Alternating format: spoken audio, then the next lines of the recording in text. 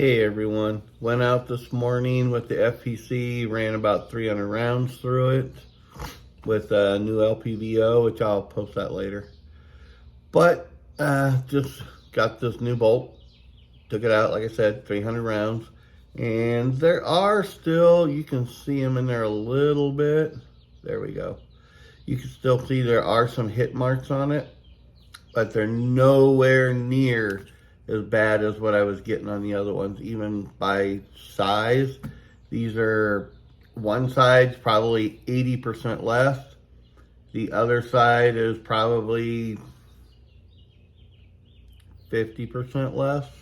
So the hit marks are a lot smaller and not as deep. But in about 2,500 more rounds, we'll do this again and we'll see what they look like. I still have the old bolt. We're gonna compare them. But just so you guys know, there are still hit marks on it, but in my opinion only, they're not quite as deep or hard. So I think this is a win-win.